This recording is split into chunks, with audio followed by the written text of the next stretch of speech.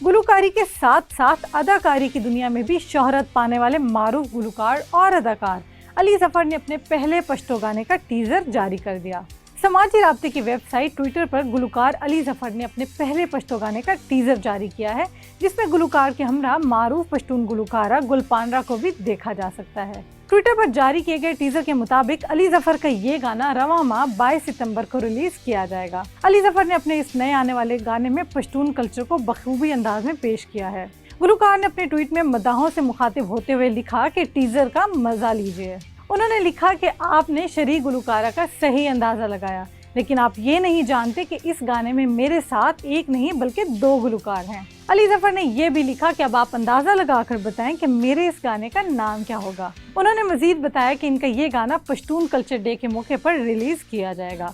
वाज़ेह रहे कि गुज़श्ता रोज़ अली जफर ने अपने सोशल मीडिया पैगाम में बताया था कि वो अब सिंधी और बलोची के बाद पश्तो जुबान में भी अपना गाना जारी करने वाले हैं।